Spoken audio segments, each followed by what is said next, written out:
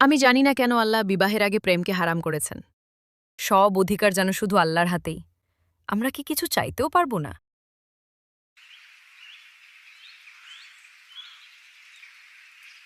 আমি জানি না কেন আল্লাহ বিবাহের আগে প্রেমকে হারাম করেছেন।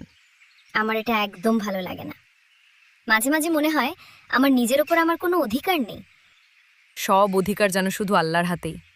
আমরা কি কিছু চাইতেও পারবো না?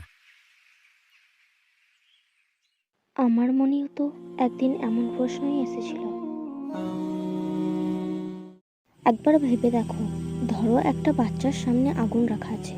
সে যদি আগুনে হাত দিতে যায়, তখন তার বাবা মা তাকে আটকায়। তাহলে তোমাদের কি মনে হয়, তার বাবা মা ঠিক করেছে না ভুল?